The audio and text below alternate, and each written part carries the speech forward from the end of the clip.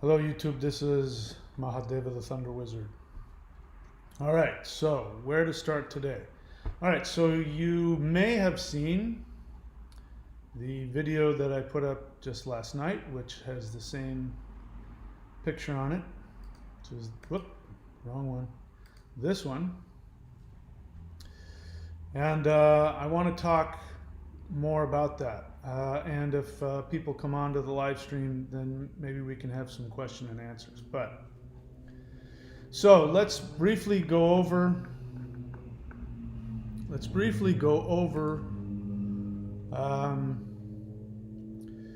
What we were saying yesterday. So we are definitely in the third and final phase of the Matrix.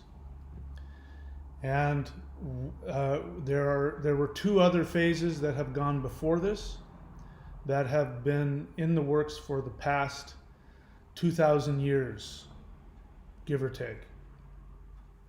And there are two matrices. So each one of these matrices has gone through three phases. We're in phase 3 right now.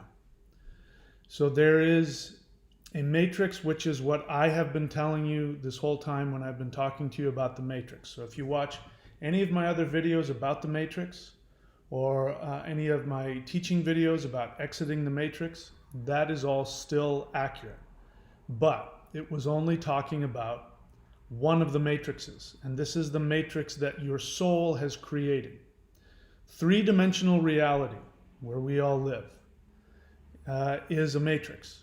The bio force that surrounds you, life force energy, the consciousness that shamans have known from the beginning of time, that everything has a conscious awareness, what we would call the quantum entanglement if we were physicists, that everything is quantumly entangled.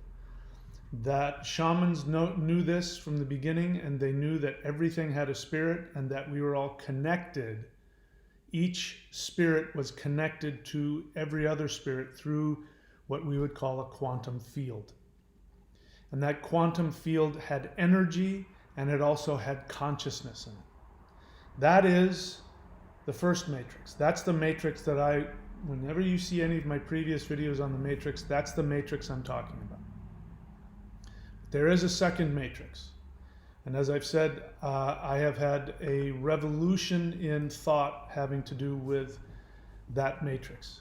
And I have had a revolution in thought when it comes to the idea that there is an underlying conspiracy to enslave the human race. I have completely changed my thoughts about that. And as I've said before, I don't regret that, because even though I was wrong for the right reasons. And many people who have been right, who were intuiting that there was in fact a nefarious conspiracy to control the human race, and they got into various different kinds of belief systems, aliens, reptilians, etc., etc. Now, we must understand that now that we are in agreement, now we have to start to learn how to understand the difference between objective, conscious reality and our intuition that is trying to tell us something. So many people didn't have any proof. And as I've always said before, if there is a true conspiracy, you can easily see it. You don't have to go into any strange, weird, deep understandings of it. It will be about money, and it will be about power.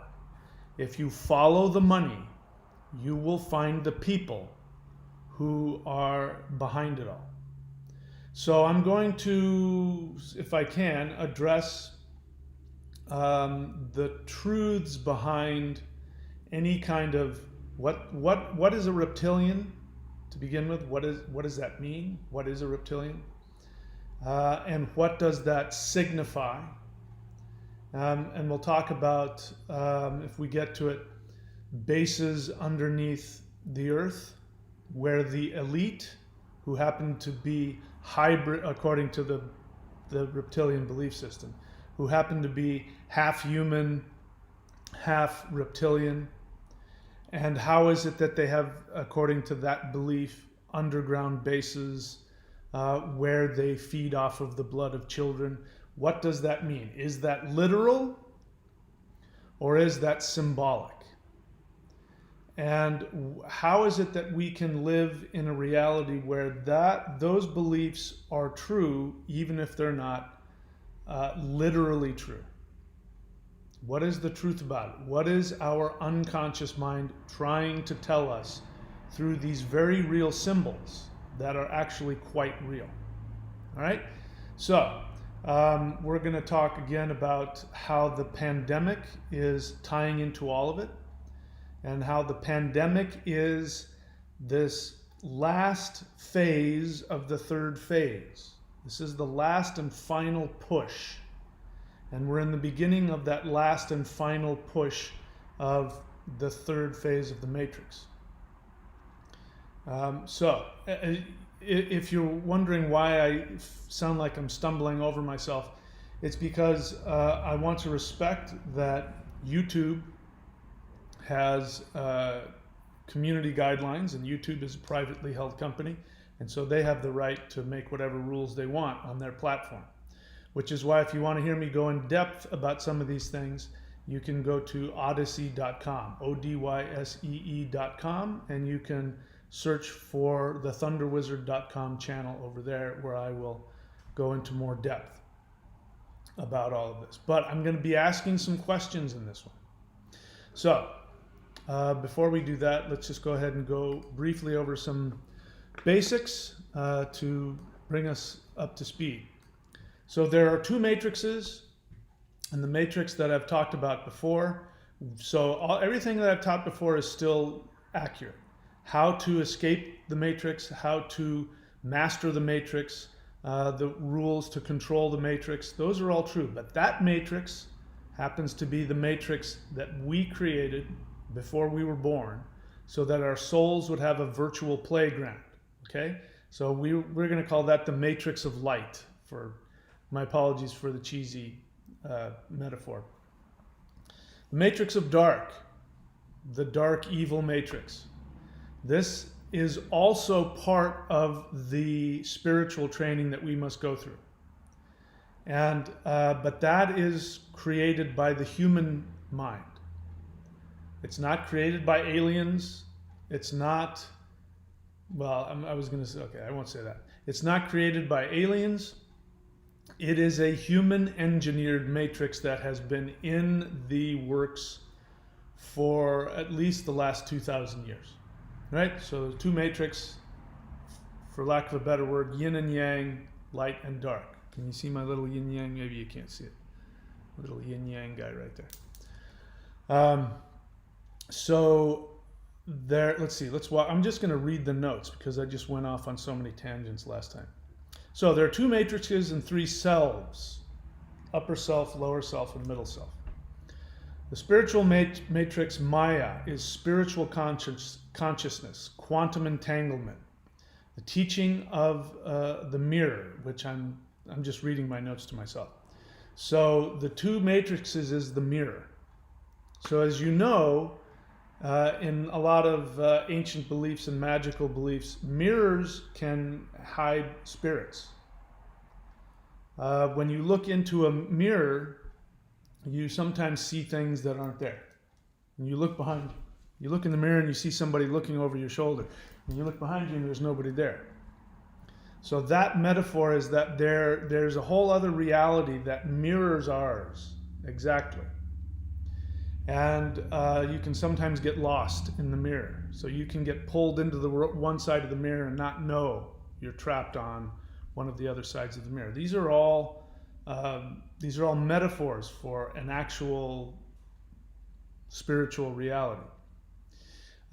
We have three centers. We have Odin, Vili, and Ve. We have mind, body, and spirit. We have heaven, earth, and man. They all go in the same order: upper, lower, and middle. And Father, God the Father, God the Son, God the Holy Spirit. It's all the same. Shiva, Brahma, Vishnu. It's all the same. All talking about the same three aspects of the mind, the consciousness. So consciousness is going through an evolution. And since there's a yin and yang to everything, there's a dark and a light, there's a polar opposites.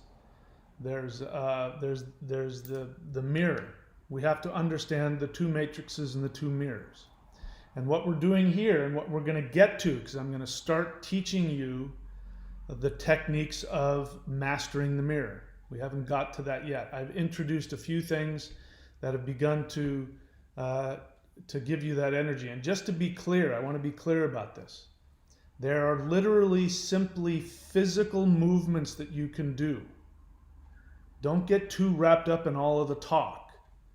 There are physical movements that you can do which will activate your body's ability to interact with these multiple dimensions. You can learn how to go in and out of the mirror simply by knowing what movements to do. But first you have to open up the meridians, you have to stimulate especially the heart chakra, and you have to get the energy moving in order for your consciousness to catch up. So if all you're doing is coming onto my channel and listening to me talk, you're going to miss it.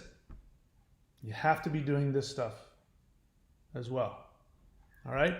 If you don't want to do that, then you can go onto the channel, and I've already given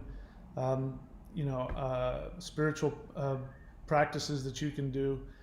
The three that you should look at if you're not subscribed to this or that is, first off, the whole breath. Start doing that on a daily basis. This is extremely important. This will connect you to Mother Earth, who knows what's going on. All right, do the whole breath. Do Thor's belt. Do that as well. Do I think it's called Awakening the Immortals Qigong. That is an extremely high level practice that I've given away to people for free for two reasons. All right. One is I believe that it is my responsibility. That one of the reasons I'm here is to give out this information to anybody who wants it. You're better off if you become my student, if you subscribe, become an apprentice, you're going to get better training. But if you don't want to spend the money on that, I still believe that I have a responsibility to give out as high level information and practices as possible to change your energy body, to change the vibration of the cells of your body, to open up the meridians so that you can have a direct connection to the ascended masters who are, for lack of a better word, fighting for your liberation. Because there is a danger. Even though this is yin and yang, even though it's part of the whole, even though the dark side of the mirror that we want to avoid, understanding that, being able to go into that and use that is part of our spiritual training. Okay? So in order to best understand that, do those exercises or the ones that I've just given to you. Okay? So there's no excuses. No excuses. All right. So let me get back to my notes here so that I don't get too distracted. Because my brain goes so fast. I have so many things going on in my brain, it's very hard to stay on one subject at a time. So we have two matrices and three selves. One matrix creates an ever more de-evolved destruction of life. We would call that the dark side. We would call that evil. We would call that whatever negative word you want to use, even though it's part of the whole. We have to be aware that that is a danger. And That is what's trying to come through. But when the dark side of the matrix comes out and exerts its influence, that means that we are that much closer to our awareness. But what I want to do here is help you get a hold of the metaphors, the symbols that your unconscious mind is bringing to the collective consciousness. So, David Icke, reptilians, the Saturn Moon Matrix, elites controlling the world, which is absolutely true. Elite hybrid alien humans eating babies, that is a metaphor. We have to now grow up. We have to bring the metaphor to objective reality. Those metaphors came into being over the past few decades because our spirit, our unconscious mind knew something was up. And so it gave us these metaphors to help us, be prepared. And that's exactly what's happened, because look at what is going on. What is going on is that there is a battle for information going on right now. I'm here right now on YouTube as we speak. In fact, let me see if I can find the exact thing. I'm on YouTube as we speak, and I have to follow YouTube's terms of community guidelines. Sorry, Freudian slip. I have to follow YouTube's community guidelines, which means there are certain things that I cannot say, because if I do, they can delete that video or completely block my channel altogether. So, as I said, I respect people's right to do what they want. YouTube is a privately held company. They have the right to tell me what I can and cannot say. So I'm gonna respect that. But let me see here. I'm gonna find something to let you know what's been going on. There's an agreement among the various. As agreement among various media that have decided to. All right, I'm having a hard time finding it because I'm really wanting to talk to you, but I would need to go look at this. Anyway, all of the media organizations, the mainstream media organizations, CNN, Reuters, MSNBC, Facebook, YouTube, Google. All of these people got together, and this is no secret. They were very open about this. They all got together, and they originally made the decision that they were going to censor information having to do with the election, with the understanding, which I at the time approved of, which is to tell the truth about what actually happened in the election. Now, looking back on it, I wouldn't co-sign it now, knowing what I know now about how bad censorship is, and how censoring, even if you're choosing to censor what is false information, all it does is it entrenches the other side even more deeply in their beliefs, and it makes them, even more powerful. So the best thing to do is to have open debate. Let each side, even if they're wrong, even if one side is lying, have one side give their view, and then allow the other side to give their view, and let people figure it out for themselves. We have to treat people like adults, not like children, even though unfortunately there are many childish, uneducated people who can't figure out the truth if you smack them in the face with it. But that's their right as humans. If they want to stay ignorant and make stupid decisions, that's their right to do that. So there has been a push by the media. And now you're going to hear me say things that I've never said before, like the mainstream media. And by the way, mainstream media also includes Fox News, OAN. Those are also part of the mainstream media.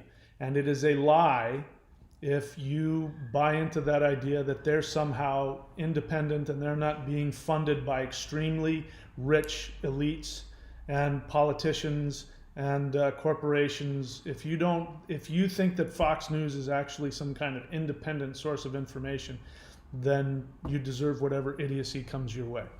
But now I am also coming to realize, and I can't get into it here, but mainstream, what people are calling mainstream media, is also completely censored in terms of information. So I'm on one of those medias right now. YouTube has decided to censor information about the vaccines and about the virus.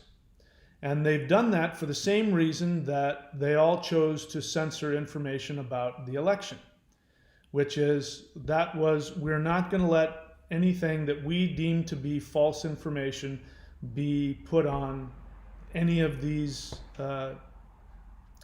media outlets. And that includes talk about the vaccines, the virus, and any other potential medicines out there that aren't approved by the FDA. So let me just be very clear. You should listen to me in everything that I say, even if I'm talking the party line here. You should listen to everything that I say. So the World Health Organization, the Food and Drug Administration, the Centers for Disease Control, along with all of the mainstream media, CNN, Reuters, BBC, MSNBC, etc., all of these together are making decisions about what information you receive having to do with the virus and the vaccines and the pandemic. And they're doing that in their attempt to protect you. So let me just make it very clear. According to the Federal Drug Administration, the FDA, the Food and Drug Administration, and the CDC and the World Health Organization, they have made it very clear that the vaccines are the way out of the pandemic, and that they are recommending that everybody be vaccinated. They also are saying that any unapproved medications that are not approved by the Food and Drug Administration, the World Health Organization, that any of those medications should not be used to prevent or treat COVID. What they want you to do is to everybody get a vaccine. And there's all kinds of things happening. I'm here in Australia, so things are starting to happen here, what has been trying to happen in the States. But they're going to be a little more successful. So what's happening now is that we have been completely blocked off from the rest of the world in Australia. And each state, like I'm in Queensland, so Queensland is its own little universe. Then you have New South Wales, and then you have Victoria. These are all states, and these states have their own ability to lock themselves down or not. So we're currently locked down from all the other states, or at least from New South Wales, where all the COVID is happening. So people can't cross from New South Wales into Queensland. And there's a lot of controversy about that. A lot of people are protesting about that. There's a lot of underground protest about mandatory vaccinations. There's a lot of people that do not trust the vaccines and don't want to get them. But what you're hearing, the Premier of New South Wales at least, is talking about allowing or relieving the quarantines and the lockdowns if everybody gets vaccinated, or 70%. And then when they get to the place where 70% of the population is vaccinated, then and only then will they get rid of those quarantines and those restrictions. But the only people who will be allowed, literally, and I'm quoting, to go to the park with your children are the people who can prove that they are vaccinated. So that means people who aren't vaccinated will have to stay at home and won't be able to go into certain places of business. And if somebody asks you, if you're walking into a bar or a restaurant and says, can you show us your proof of vaccination? If you don't have it, they can turn you away and say you can't come in. So people literally, families, will not be able to go to public parks with their children if they're not vaccinated. Now that raises a bunch of questions for a lot of people. So I'm not taking a position, but I can tell you what other people are asking, which is, so isn't the whole point of the vaccine to make you so that you don't get sick from those who aren't vaccinated? So isn't the whole idea of the vaccine that you can go out into the public and other people are unvaccinated and walking around and you'll be safe from them? So it doesn't make a whole lot of sense to tell the unvaccinated to stay home when the vaccination, the whole point of it was to keep you safe from the unvaccinated. So a lot of people are asking that question.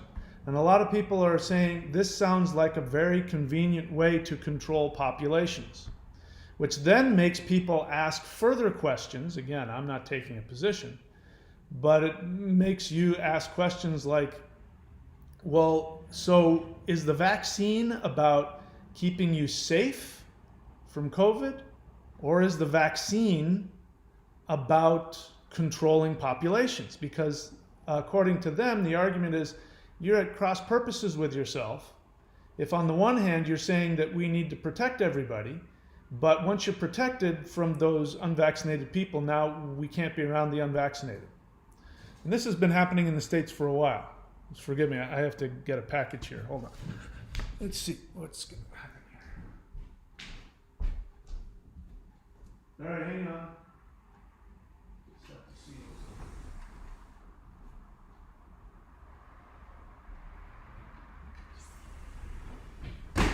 on. All right. Package has been delivered. I don't have to answer the door. So, this is a question that we should be, that I believe there should be open conversation about these things. We should be able to have these conversations. So for instance, let me just give you some information that, again, this isn't my opinion. I'm sharing information that is available even on YouTube. So right now I'm looking at a YouTube video by Whiteboard Doctor. So the word, if you want to look it up, it's Whiteboard, one word, Whiteboard, Whiteboard Doctor. And there's a video on their channel called Ivermectin and COVID-19 Prevention.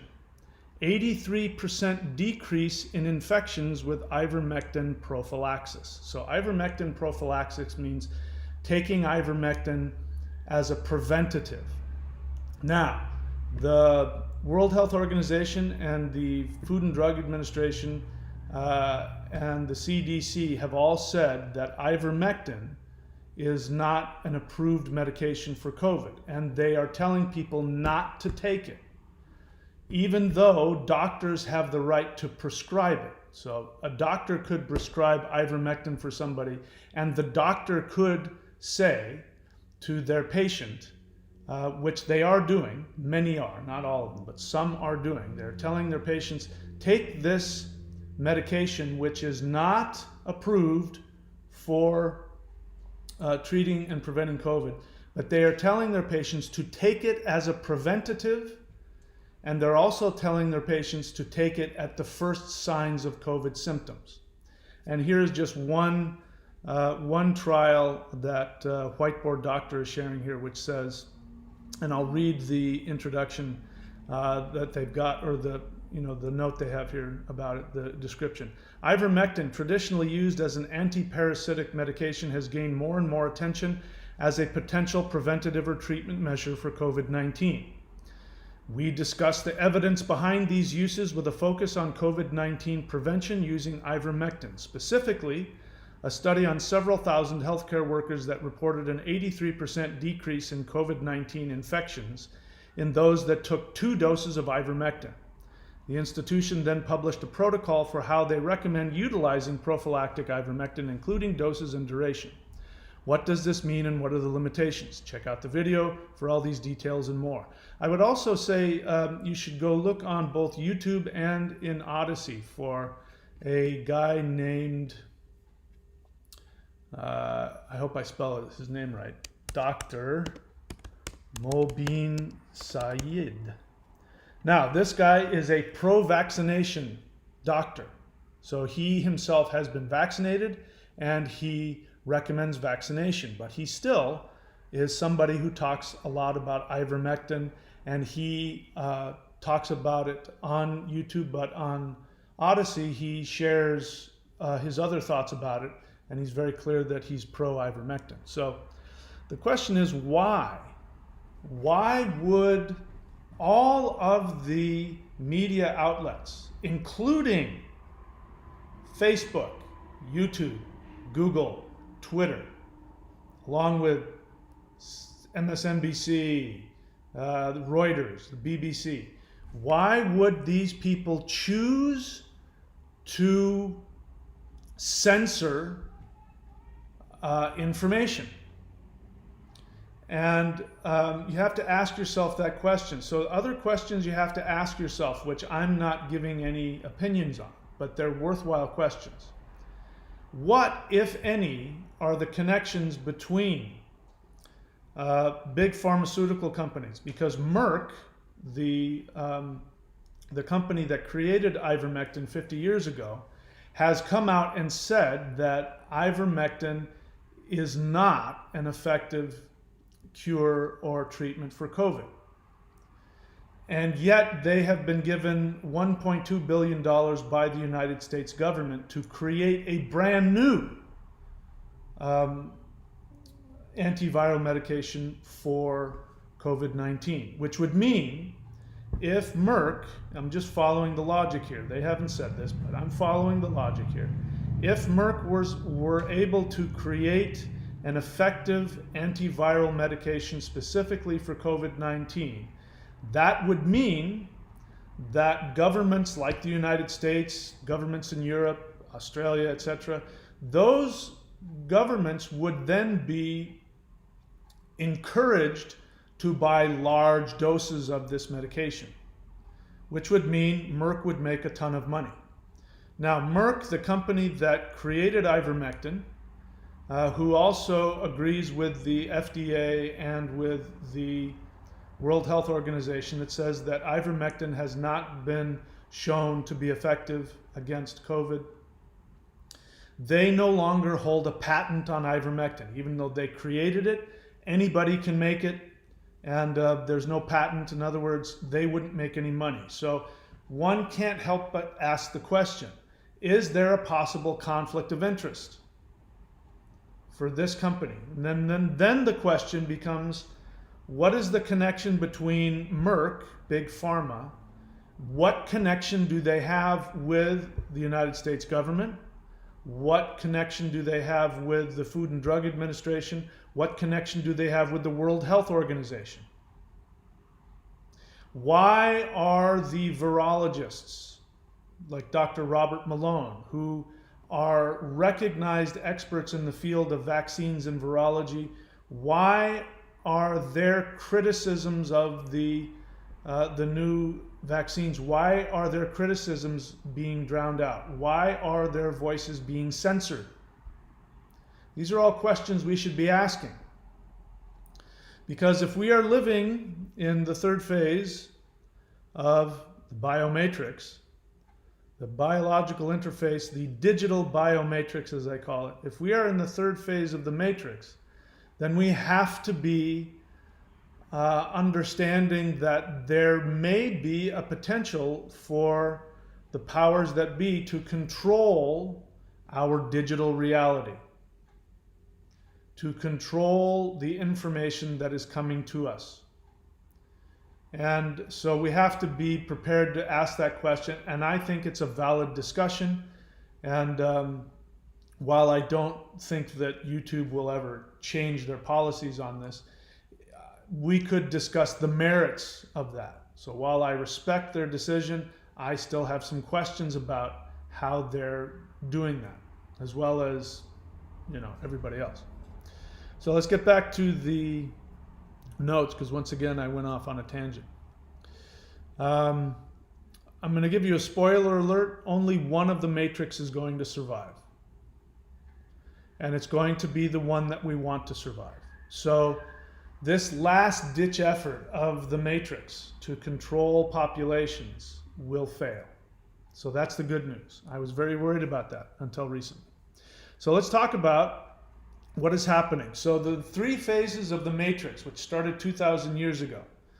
The first phase of the Matrix is psychological and spiritual programming. And this is true for both sides, the white and the dark, the light and the dark. So the psychological and spiritual programming has to do with your lower self. So remember, there are two matrices and there are three phases. Each one of the three phases deals with each one of the three selves. So the first phase, which started around 2,000 years ago with the supposed birth of Christ, that was a psychological and spiritual programming. So in order for the Matrix to work, it must first take control of your psyche. So we talk about this a lot. I talk about assumptions, I talk about critical thinking, I talk about the lower self and the unconscious mind. So first, the Matrix must get control of your unconscious mind. And it does that through psychological and spiritual programming. And this, as I said last time, has to do with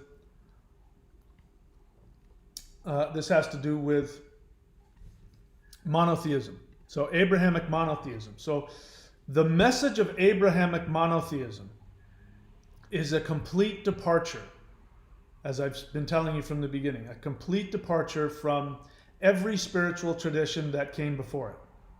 And before human beings started living in giant cities and started creating empires and doing all the stuff associated with that, people lived at one with the immediate environment. They had to live in unity with the nature around them or they wouldn't survive. So their spiritual programming was that they were Man. They were the mind of the universe in human form. My ancestors called human beings Man, which means mind. Mind means that which reflects the soul. Just like the moon, which also is Man, reflects the sun. The sun is the soul. In fact, the word for sun is Sawo, which is soul.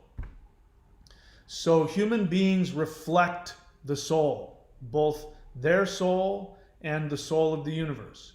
And so all ancient people knew that. They knew that human beings were different from the rest of creation. That they had an access to the one true spirit, the power within them, whatever words you want to use, the kingdom of heaven. They knew that about humans. That humans were in fact gods in three-dimensional form, experiencing physical reality. So the first phase of the Matrix is to change that, to destroy that. And this is where we came up with the narcissistic Jehovah, who, thou shalt have no other gods before me. You are here to do my will. I have created you for my pleasure. You must know what my will for you is. You must suffer if I decide that you suffer. And if you follow every single one of my commandments, then I will bless you. And if you do not follow every single one of my commandments, I will curse you. This is to take over the unconscious mind. So now the unconscious mind is programmed to see human beings not as these divine minds in human flesh, but as these created peons who must destroy their own self-identity. They must get rid of their own free will, and they must willingly give away all of their power to this narcissistic monarch in the sky who controls everything. So this is the first phase, and it was extremely successful. And you saw it with the matrix found a way, and it came in through the ancient Judean religion, which, by the way, was not monotheist up until 350 BC. Before that time, the ancient Jews were polytheists. They were shamans. They had a sky father and an earth mother, and all fertility gods, and they had all that. And that was wiped out when the elites who had been taken captive in Babylonia had come back, and they reasserted their power. And the first thing they did was they got rid of the original religion and replaced it with this theocracy. So politics and religion for the first time really took hold. This was such a good method that this was then adopted by the Romans, who were controlled the known world. And that's where Christianity came into play, and Christianity has been taking over the whole world ever since. And I was a Christian for many years. If you know Christians, what they do is they spend their time looking for ways to convert everybody to the one true God. So this has been going on from the beginning of Christianity especially. And it is the first phase of the matrix to take over and rule your unconscious mind. Whoever rules the unconscious will be able to control somebody. So in order to get you to do things, like for instance, let's say, take a pill that will make you be controlled by somebody. That doesn't exist. But if I had a pill, and if I wanted to give you a pill that would give me the ability to control you, the first thing I would do is I would need to take control of your unconscious mind so that you would allow me to say, here, take this. You'd get rid of your natural curiosity, because if I allied myself with God, said, I am God's servant, you must do what I say, here, take this pill, then you would do it. But before you're going to listen to me and let me tell you what to do, you're first going to give away your unconscious mind to me. So that is the first phase of the matrix, which is to take over your unconscious mind. The second phase of the matrix is the technological and intellectual programming, which started with in the 1700s, when we went through the Reformation, when we really came out of the Dark Ages. So the deepest, darkest part of Kali Yuga, the Middle Ages. That 1700s, boom, we came out of that, and then there was a spiritual reformation where the church on the negative side became more dogmatic and more controlling. So that's what was happening with Luther. Luther, who supposedly reformed the church, he was actually creating a more stringent, more dogmatic form of religion that got deeper into the unconscious and filled you more with a sense of self-hatred, feelings of sinfulness. And then Calvinism brought it even further. Calvin said, you don't have any free will. God makes all the decisions. You can't even decide to accept God or not. He's going to pick who he wants, and he's going to kill everybody else. This is a deeper, more higher expression of the first phase of the matrix, which was to get deeper into your unconscious mind and change your experience about yourself. On the technological side, we saw an even further movement away from human beings being at one with nature, which is what our ancestors did before the matrix even came into being. Our ancestors were at one with the universe. They were one with the plants, the animals, the seasons, and because if they weren't, they would die. Now there's this technology, and technology becomes the God.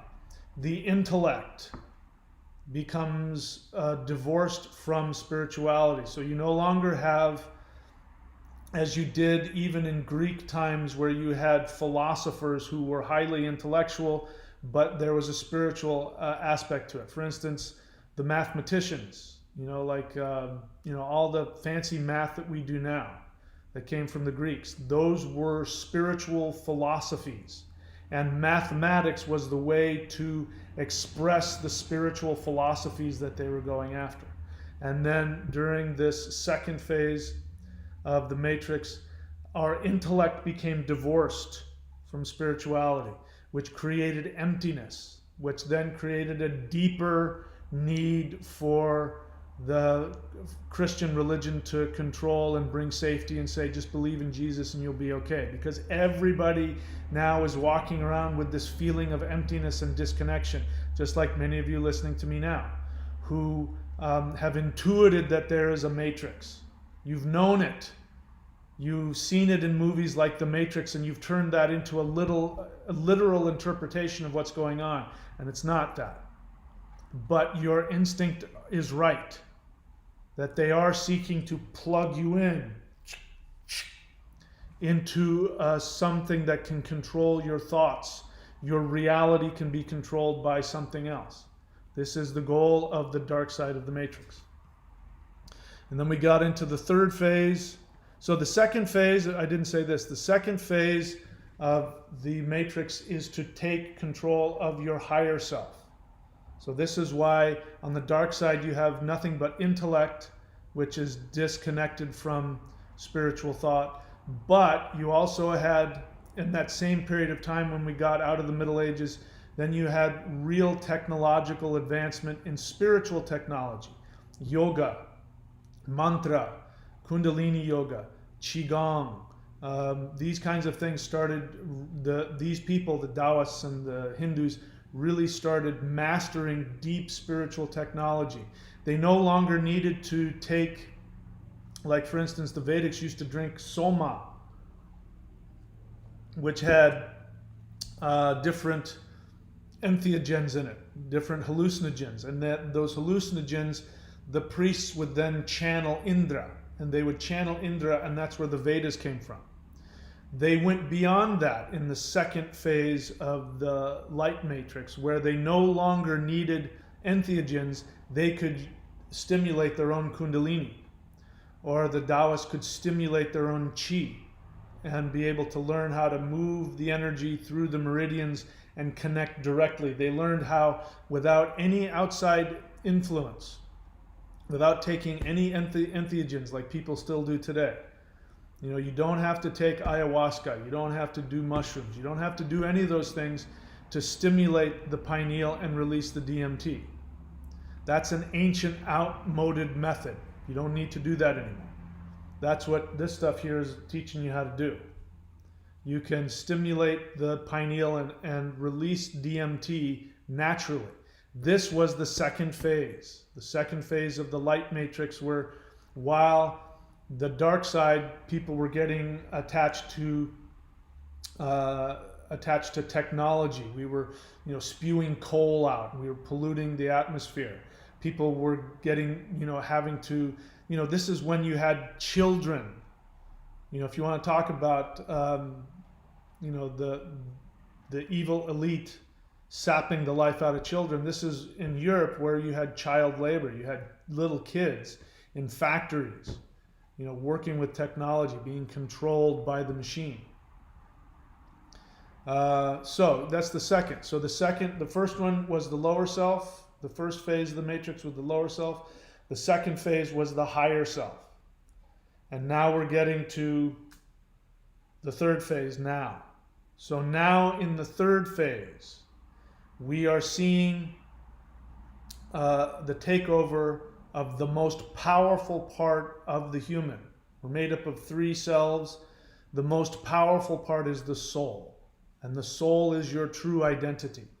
And here, we no longer are using external force, because even in the second phase, they had to use external force to connect you to the matrix, it was the threat. They were using the threat of death, whatever external forces that they used. The army would go in and make you bow down and do what you were supposed to do. Now we are using, or human beings are using, the heart center. And the heart center is, on the light side, your heart center is what connects you directly to the realm of the spirit. Your soul, when your soul is in control of all of the three realms within you, you have the ability to connect directly to the ancestors, directly to the spirit, and you are able to be taught directly from the ascended masters. So the last phase is to destroy that. So, how do I say this without getting into trouble? There are things happening now where people are having serious issues associated with the heart. People are having heart attacks and dying. And this is because, the issues with myocarditis, the issues with the heart, the issues with the blood, because everything now we're talking about the blood. We're talking about the dangers of what's happening to the blood platelets, why there's blood clotting. So we have blood clotting issues, we have myocarditis. This is symbolic, literally being played out in the physical, what this third phase of the matrix is trying to do, which is trying to get in between your soul and the external universe and the spiritual universe.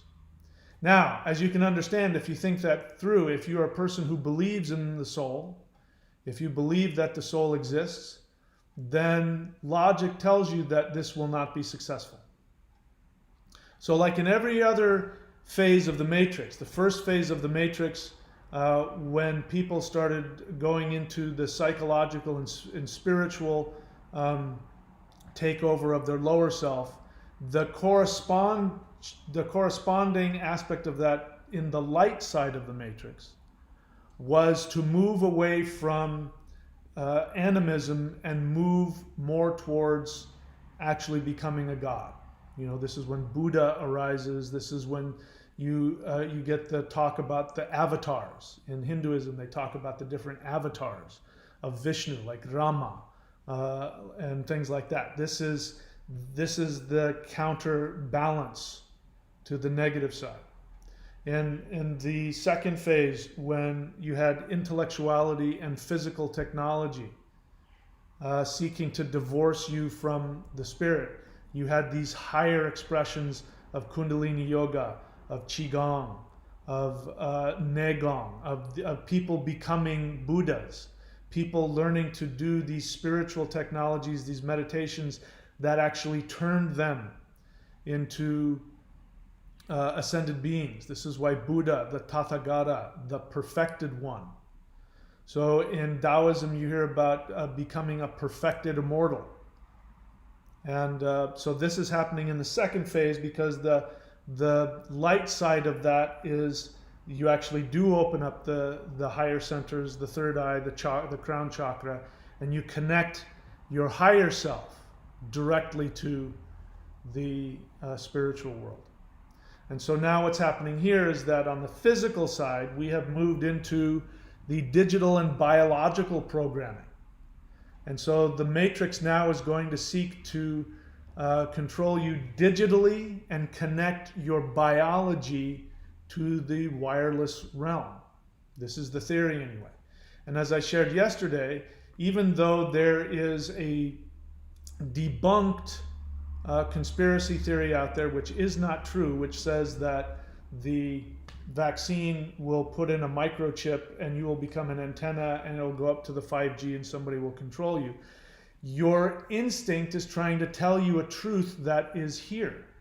And we talked about this yesterday, that while there isn't a microchip, that the military has come up with a way to get a gel, that's smaller than a grain of rice, and it's made out of gel, and they can put that into your arm, and then they can get some kind of, I don't know what it is, but some kind of a sensor where they can go over you and they'll be able to tell what's happening with you, with your biology.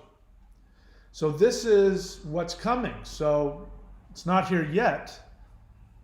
We don't have a microchip that will go up to 5G, but if the military has already created something smaller than a grain of rice, which can be embedded into your arm with which they can take something and find out, what's going on with your health, then it's not too far of a leap to say that in the future, perhaps they might be able to come up with something like that. And so we've got issues with myocarditis, we've got issues with blood clotting, and that is representative of what? The heart, the soul. So this is now what's in danger of being taken over by the matrix. And it is very frightening and insidious when we look at it. And anyway, we'll leave it there for now. I'm happy to take any questions or thoughts anybody have. I do prefer questions. So the way to do that is you write down in all caps the word question, and then in normal script write your question. A question is, you have a question for me. You don't know the answer, you think I do. I also like honest feelings. An honest feeling is, I'm afraid of this. This makes me angry. An honest feeling is not, I think so-and-so is stupid. That's not an honest feeling. That's a judgment. I like those two things. If you don't do that, you run the risk of me psychoanalyzing you, just to let you know. All right, let's see. All right, that's good. Thank you for saying that, Jedi Black Knight. So you're telling me to replace one word with one letter. All right, so that's a good thing to think about. Hobo code, that's a good one. Needlecraft, Action Jackson, movie rental, just Action Jackson. Jabba-dabba-do, jib-jab. Vincent.thunderwizard.com says hello. You can go to his website, which is vincent.thunderwizard.com, and you can get a reading from him. All right, Chris Miner says possible truth. No one, okay, so I won't repeat that, which seems fairly obvious. Agent of the Universe, question, does Awaken the Immortals, okay, so you keep asking about this. So Agent of the Universe, I want to share with those of you who may not know who he is. He is somebody who has made huge strides in his awareness. And to be quite frank, I'm quite surprised and shocked at the level of shift in his awareness. And I'm not saying that to stroke his ego. I'm saying that to let you know that that is a direct result of him doing this stuff. Now, specifically, he's asking about the Awakening the Immortals Qigong, which is, I've already told you about. Go onto my channel. If you want to know the power that I'm talking about, which, let me get to what the last part of all that talking was about, is that in order to overcome the agenda of the Matrix to take over your heart, in order to overcome that, we need a power that is directly associated with the heart. So in the first phase, when the Matrix was trying to get control of your lower self, which is your psyche, your unconscious mind, people learned how to do spiritual practices that empowered the lower self. When we got into the second phase of the Matrix, and the Matrix was trying to take control of your intellect and divorce it from the spirit, you had you had the other side of the Matrix where people were learning how to focus on the third eye and open their third eye in meditation. And in the third phase, you have the biomatrix trying to take over your heart center, your blood and your heart. And so we need a power directly associated with that. And as it so happens, these guys, what I teach here, this is, in case you don't know, if you're new to the channel, if 20 years ago I was doing what I'm doing now, I would have been severely reprimanded. I was told when I first started learning this, practice, I was told very clearly, do not tell anybody about this. Do not show it to anybody. Do not talk to anybody about it. Don't even mention the name. And the only people that were allowed to be part of the class and to learn were people who were initiated. So if I wanted to bring you to this class and teach it to you, I had to take you into class and I had to personally vouch for you and say, this person is my friend and they want to teach, and then the teacher would have to decide whether or not to let him in.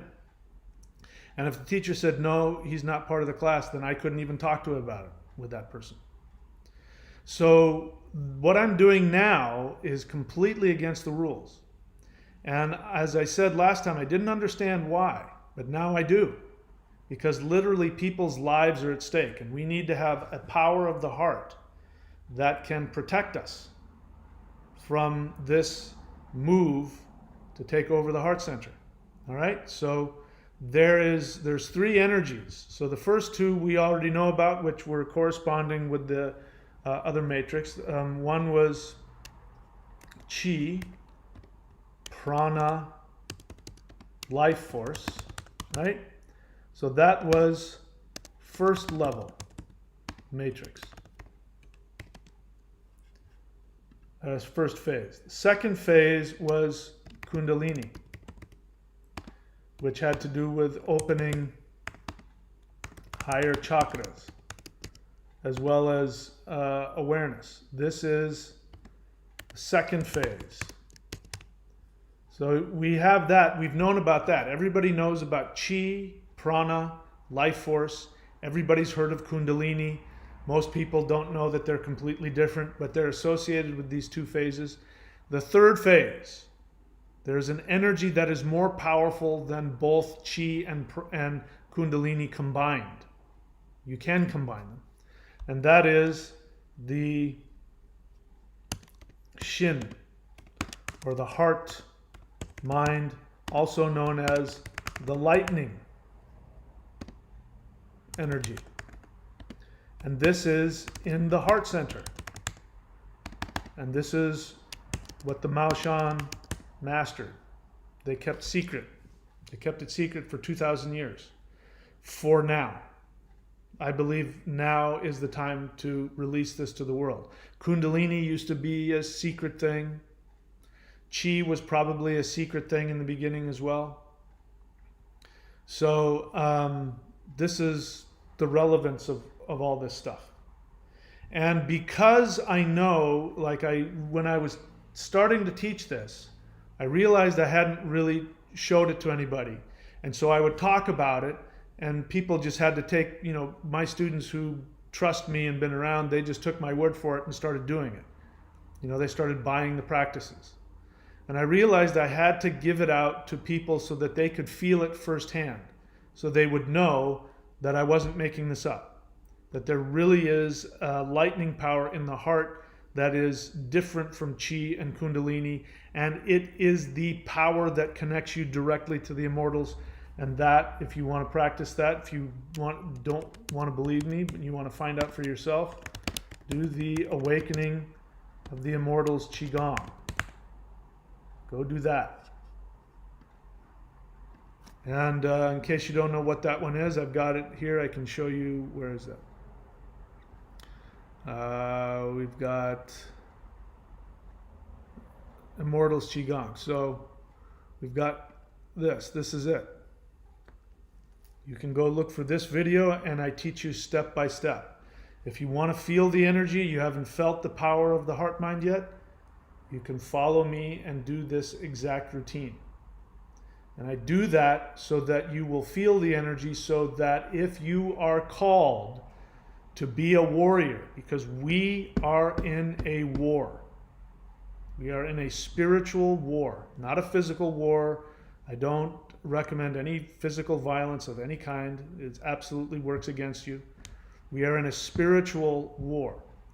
That's what this is doing. That's why it's called the Warrior 90-Day Lightning Qigong. And so this is to give you an access to that and to feel it. If you don't believe me, go do it. And then those of you, if you're called to be one of these warriors, I have it available for you if you're committed to it. All right, so I wanted to get that in there before it was too late. All right, let's go back to if there's any questions. So Agent of the Universe asks, question, does Awaken the Immortals strengthen my connection to the spiritual side of the mirror? Yes. I have been feeling like I want to choose power. Is power and insanity two sides of the same coin? Well, Agent of the Universe, remember what you used to call yourself. What was it? God Emperor. So that's all about power. So what have I been telling you this whole time? That wanting to control, so wanting power to control others comes from your insecurity. Insecurity is what feeds the dark side. Fear, insecurity, doubt, selfishness, all of that feeds the dark side of the mirror. So you don't want to do that. So the way to do that is you have to understand that you have a tendency towards wanting to control. So you're going to have to fight that. So the way to do that is to do the opposite. Seek to surrender. Seek to become nothing. Seek to become part of everything, not try to become above it. So your desire for power is understandable. I also shared that same desire, which is why I started practicing this stuff. I started practicing the spirit fighting because I wanted to become, martially invincible. And after training, once I gained, once I got, a little bit into this, and started gaining some real power, and I started seeing, physical martial arts is the easiest thing. I mean, this stuff will, you just learn the basics and you're good to go. So it's overkill at that point. And then I took a vow of nonviolence, and so that I would be able to handle the power for what it's meant for, which is for spiritual evolution. So I recommend that you do the same thing. Move away from trying to control and seek to allow that power to give you the ability to surrender, to connect with everything as opposed to lord over it. Right? What else? Your question about is power and insanity two sides of the same coin? I'm not sure I know how to answer that question. Just don't worry about it. Listen, we're all insane. Every single human has insanity and sanity. We both have two sides. We both have a black and white. We need to be able to dip into the dark side to use that to help us live our lives. We need to dip into the dark side to learn about it so we can go beyond it. All right, and now I have another delivery. Let's see. Is he going to come up to the door? He is. He is not. All right, good. All right, I'm having, all right, I won't tell you. Something just arrived, in case you know what this is. More of this just arrived. What else? Chris Miner, I don't know what any of that means. Carrie Kreiser, honest feeling. My husband and I just had COVID. So, I mean, you got sick and you overcame it? You recovered? Yet his job is forcing the V. I feel deeply enraged. Honest question. Why is natural immunity not being recognized? Well, I can't tell you why that is. I can tell you what other people might say. Because if there is some kind of agenda, or if there is some misunderstanding about how to recover from this pandemic, then you can understand that the powers that be would prefer that you take their well-meaning best advice. So, I mean, I could answer that question. I think you kind of know the answer, but if I want to keep my channel, I can't. So we'll have to talk about that on the other channel as well. But I understand your feelings. You're deeply enraged. Because okay, so just to give both sides of the coin. So what we're being told by the FDA and by the World Health Organization and by Dr. Fauci is that if you have had COVID and you've recovered, then you need to strengthen your immune system with the jab. and that the jab will then increase your immunity. Now, that's an interesting position, because I can only tell you what I remember being taught as a kid in school and in college about the immune system. Now, maybe I was wrong, but the way that I was taught was that when you get a virus, your body then learns how to fight that virus. While you're sick, your immune system is actually gobbling up viruses and learning what it is, and then creating these antibodies that are perfect for that virus. And if that virus comes back again the next year, even if you don't have the immunity for that, your body has already got a more robust immune response and knows how to take down the new viruses as they come in. Even if you get a little bit sick, you won't get as sick, etc., etc. So that seems, to my uneducated, non-medical, maybe I need to ask Dr. Fauci to explain it to me, but that seems to me to be at cross purposes, because the idea of needing to vaccinate somebody is because they don't have the natural immunity. But once they have the natural immunity, my understanding, at least the way I learned it, was that you don't need that now. My dad, for instance, had polio as a kid, and it almost killed him. And he tells this story about how his whole body was paralyzed, and he had to get on like on top of a bunk bed, and he had to jump off the top of a bunk bed because his calves were so tight, his feet weren't flat. So he had to do that, and he passed out from the pain trying to get his calves to unlock. And for as long as he was alive, he couldn't swallow without turning his neck. So whenever he would eat, he would swallow and turn his neck, otherwise he wouldn't be able to swallow. And so he didn't need to get poked because he had natural immunity. Now, polio is a different virus. It's more static. So it's easy to jab that one and get protection from it. That's the theory anyway. All right? I can't completely answer the question because I would be going out of my realm of expertise that I'm allowed to talk about. Let's see what else. All right, Andy Baker's getting political. This is really important. When it comes to this matrix, one of the psyops, and don't mistake that they aren't psyops. One of the psyops is to have, you have all of the truth. Now, if all of the truth is given to people, you will lose power over them. If you're an elite wanting to control the population, you have to keep all of the truth to yourself. This is what has been going on in the first two levels of the matrix, which is why I wasn't allowed to teach anybody or even talk about what this stuff was.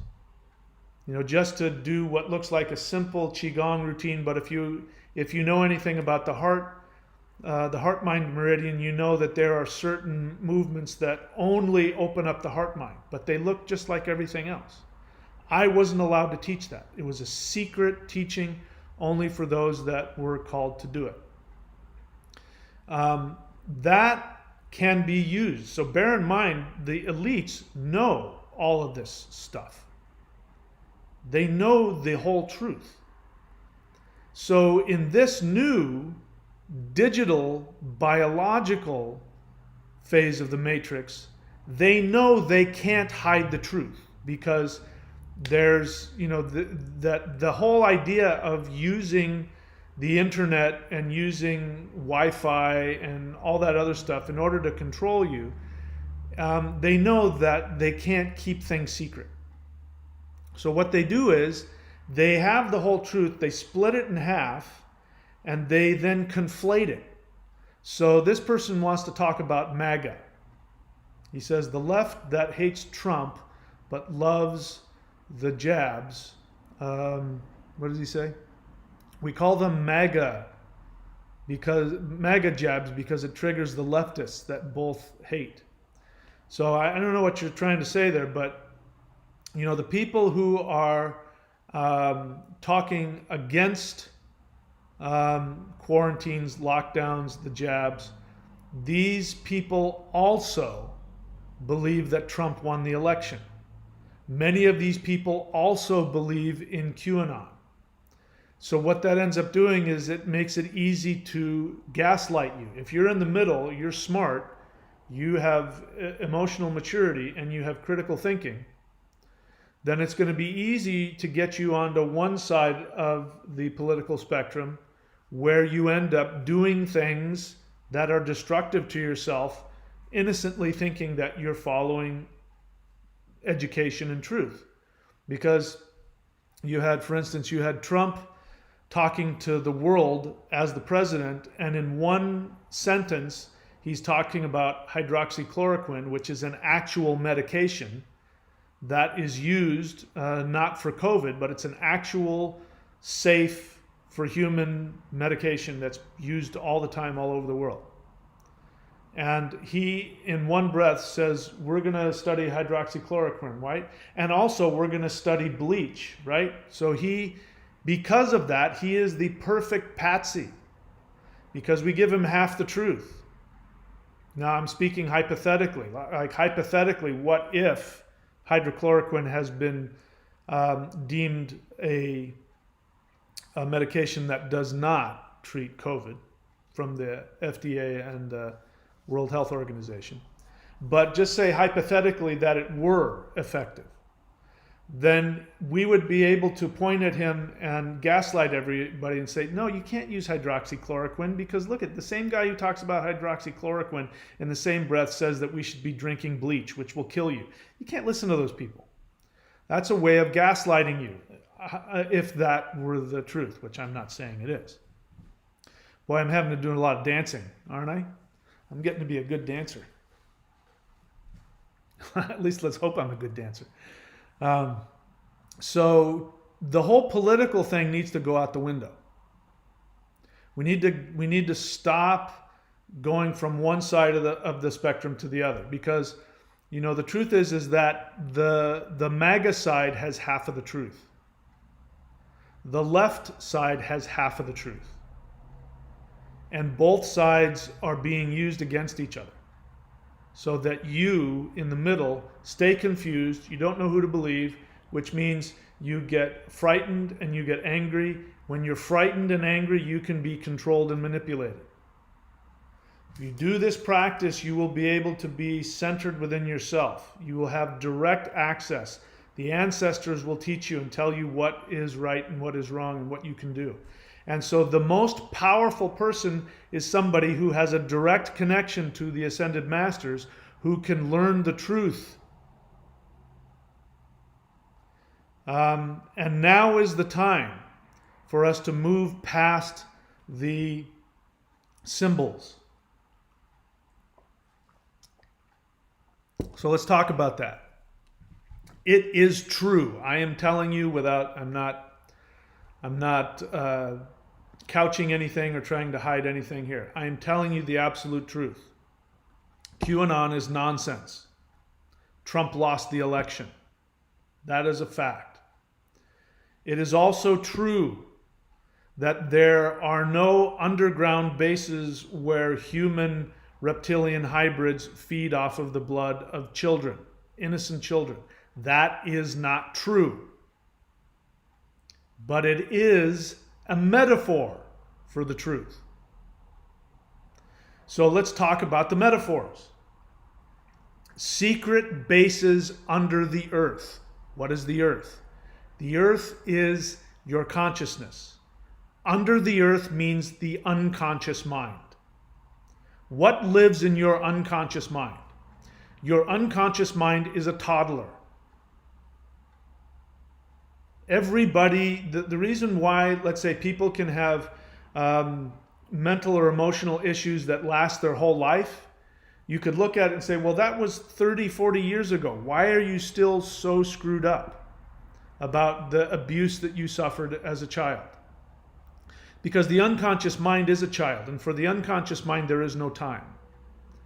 And so at the deepest level of our unconscious experience, we are innocent little children, which is why everybody, when they see a little child crying, everybody cries. When you see a little kitten meowing, everybody wants to help the little kitten, the little puppy, because they represent us at our deepest level in our unconscious mind. We are innocent children. So the false, and I'm telling you without any whatever. I'm not trying to couch the truth here for safety. I'm telling you absolutely there is no underground base where reptilian human hybrids feed off the blood of children. But that metaphor is exactly what is happening. The child in your unconscious mind is being controlled.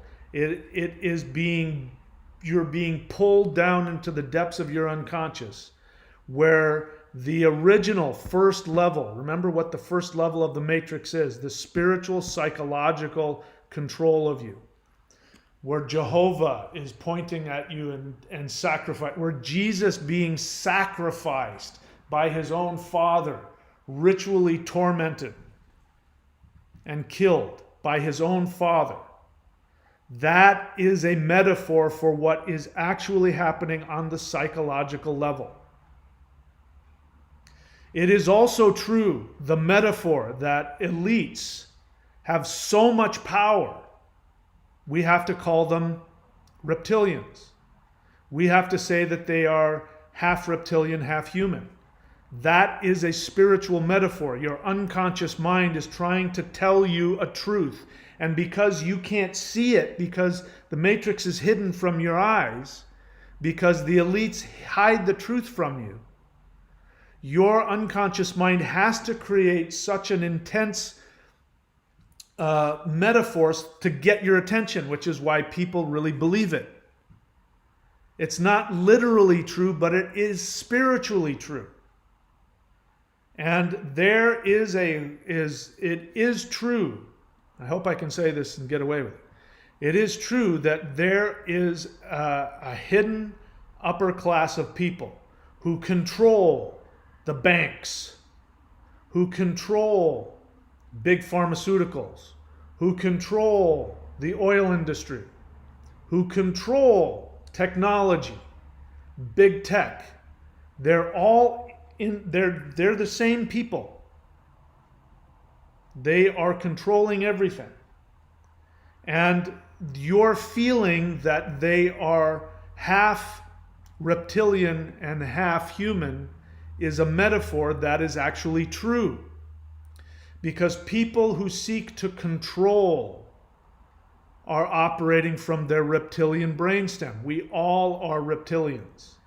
All of us are. But in order to get that message into the conscious mind, we have to create, and this is what David Icke is doing, whether he realizes it or not. David Icke is creating a metaphor to wake us up to the truth that the people who are controlling this world are operating from their reptilian brainstems. They are not operating from their full human mind. In the Norse tradition, you have, in fact, this symbol right here, this symbol, the Eishjalmur, which means the helm of awe.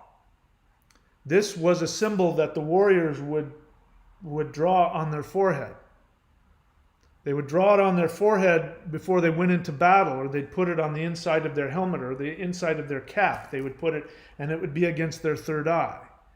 This was to give them power to see beyond the corruption of what the enemies were trying to do to them.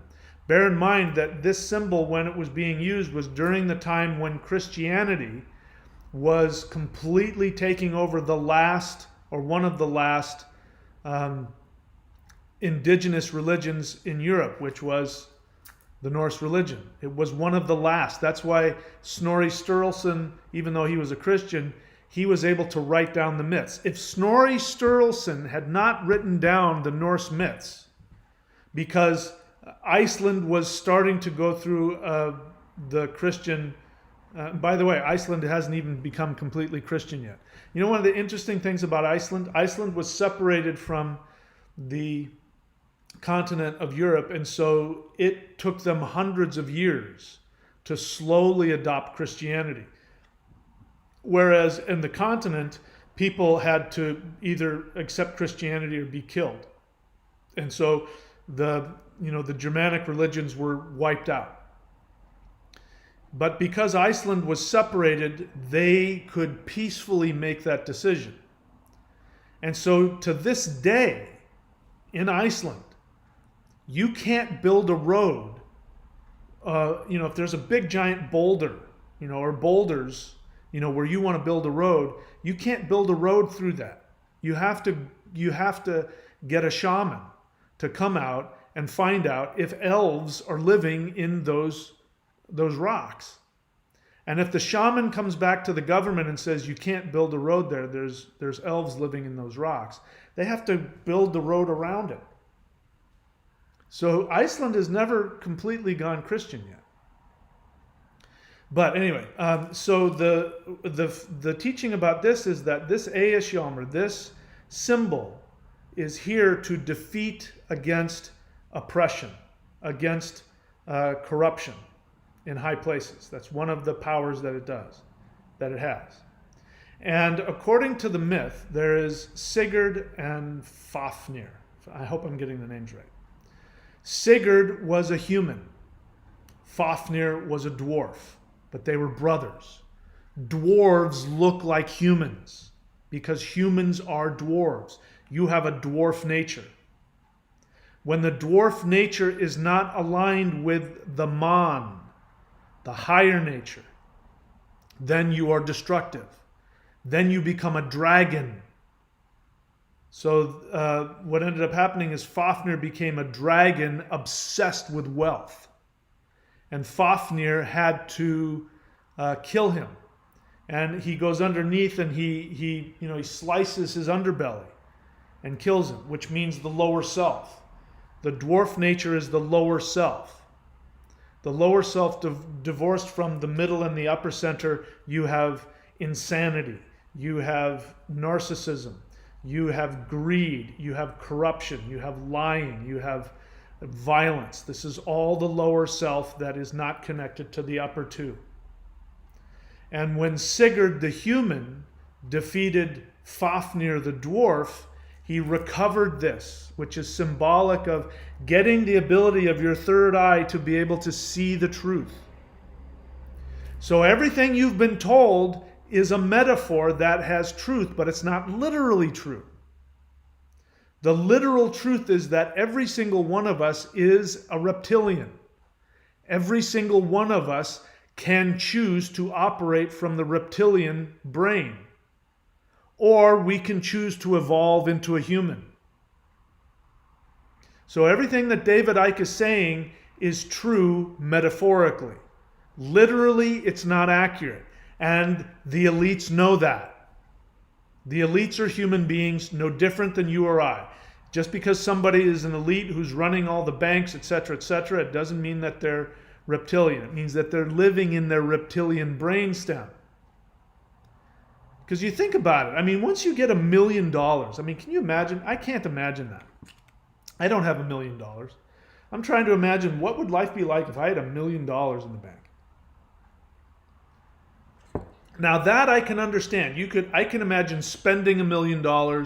I can imagine living just on the interest of having $1 million in the bank. It's a lot of money. That to me is rich. But what happens if you have $100 billion? What if you have $500 billion? At what point do you need more money? And these people, once they get $1 billion, they get $2 billion, they get $5 billion, they start wanting more and more. What has happened? They've turned into dwarves. They're operating from their reptilian brainstem. So you are right. You are right when your intuition tells you that the elites are reptilians, because super rich people, if they still want more money, you got $5 billion, you have $10 billion, and you want $100 billion, you want $500 billion, you are so disconnected from reality at that point. So completely disconnected that you are no longer human. You are a dragon. You are a lizard person. But physically, you're human. Now we need to grow up. David Icke came in here and he believes whatever he believes, and he is teaching this because he is stimulating our unconscious mind with a metaphor that is also in truth. The Saturn moon matrix. Okay, so the moon, that thing that's floating out there, around the earth, that reflects the sun, that controls the tides, and the planet Saturn. If you go to the planet Saturn, there's not going to be any reptilian ships there. The moon is the moon. It's not a repository for whatever. But the symbolism is 100% accurate. The reptilian brainstem wants to use the power of limitation, which is Saturn. The power of judgmentalism, which is Saturn. Wants to use the power of negative karma, which is Saturn. Saturn is also positive karma, by the way. It wants to use this and control your mind, which is the moon. So why is it the Saturn moon matrix? Because the moon is what? Human. Man. The mind. And when Saturn, in its negative aspect, is looking at the moon, the mind becomes limited and clouded and fearful. And that is why the Saturn moon matrix, that's what all that's about. It is a metaphor for mind control. It is a metaphor for what religion has been doing and what the greed associated with technology. What did that one president call it? He called it the military industrial complex. That's the Saturn moon matrix. The Saturn moon matrix is not bases on Saturn or the moon.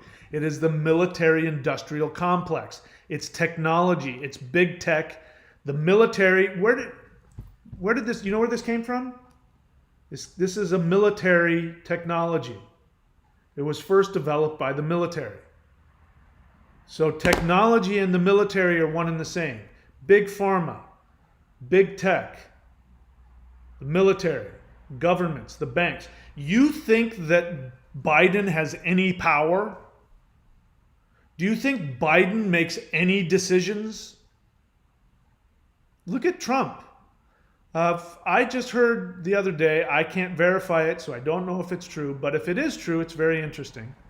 I heard that Trump, when he was in office, made a presidential, what are those things, the special order, an executive order. He made an executive order to get hydroxychloroquine into everybody's hands to make it an over-the-counter drug.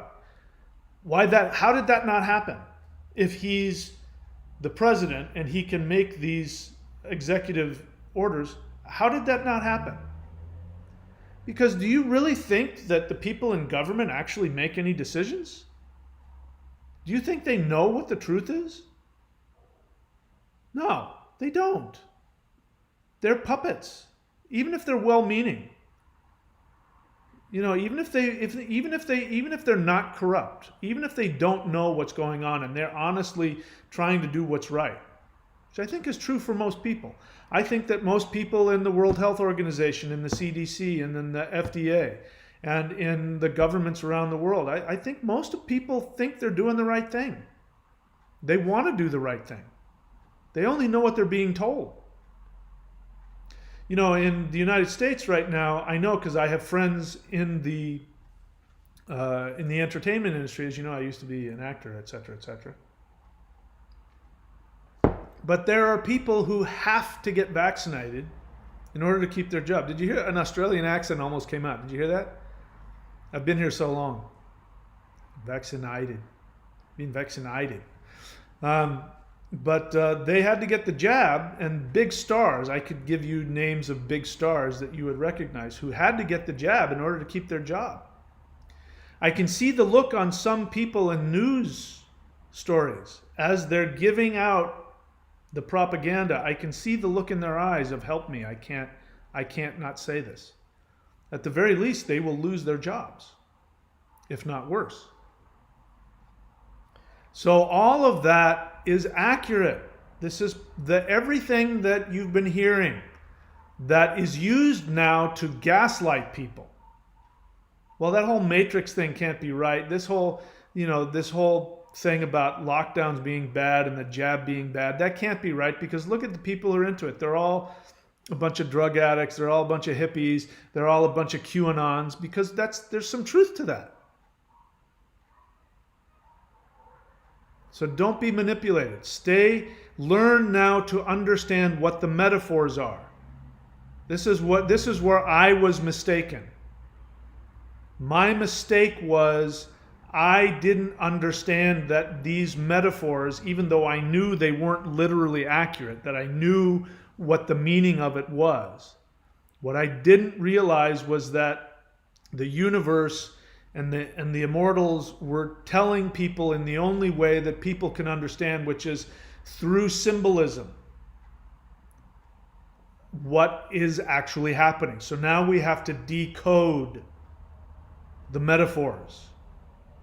Okay? Don't get drawn into it. Don't get pulled into the metaphors, because that's the dark side of the mirror, tricking you. All right, what else? Cliff Bond says, I know this is off topic, but Shamanism Masterclass 1 and 2 will not play. All right, there's a lot. What had happened here, I'll tell you what happened. YouTube changed some of their whatever their electronics or something. They did some whoosy what's it thing, which means some of the older unlisted videos are now unavailable, and I have to go in there and manually flip some things around. So my apologies for that. I appreciate people telling me, but just bear in mind I have to sift through a bunch of things to get them back up and running again. So thank you for letting me know that. I'll have to look more into that. My apologies. I've got a lot of things on my plate, so that works against me. Chris Miner. So what do I tell you? So guys, I say this with love. What's the two most important things in life? Pay attention and put effort. What I tell you to do is to write the word question in all caps. I almost missed your question. So do you understand the thought behind that? I've got all of these people putting all these things, and I need to get to the questions. If I don't see your question, I can't answer it. The way that I see your question is if you write the word in all caps. Why do I have to keep repeating myself? So I almost missed your question there, Chris. Maybe you didn't know. Now you do. Should we totally avoid giving any of this energy? What do you mean, any of this? No, you should not avoid it. You should not avoid it. Is it something worth knowing and then turning our awareness inward? No. The best way to resist the agenda being non-compliance. Well, first and foremost, you need to do what you need to do to take care of yourself. I talk about that. I'm very clear about it. I give very clear steps on that on the Odyssey channel. I tell you exactly what I think you need to do to take care of yourself, to keep yourself healthy. Then we need to communicate to others. We need to educate others. I can't do it here fully because I respect that this private company, this Google company called YouTube, has the right to censor me. They have the right to do that. They own this platform. This is not a public platform. That's not true about mainstream media. CNN, BBC, MSNBC, Fox News, those by definition are the public's. Even if somebody owns it, they should give us the unfiltered truth, or if there is a dialogue We need to hear all information from both sides, and neither of them are doing that. But YouTube is not the television. YouTube is a privately owned thing. They can do whatever the hell they want. But we need to educate people. So I talk about it on the other channel about educating your friends, educating doctors. Now, me personally, I don't like to drive up on people. So I'm not going to walk up to somebody and say, hey, you know what? You need to accept Jesus, or whatever it is I think they need to do. But if I, for instance, like your doctor, these questions, these health questions should definitely be talked to with your doctor. You should ask your doctor questions. You should give your doctor links to studies and information, even if it goes against the mainstream media, thread.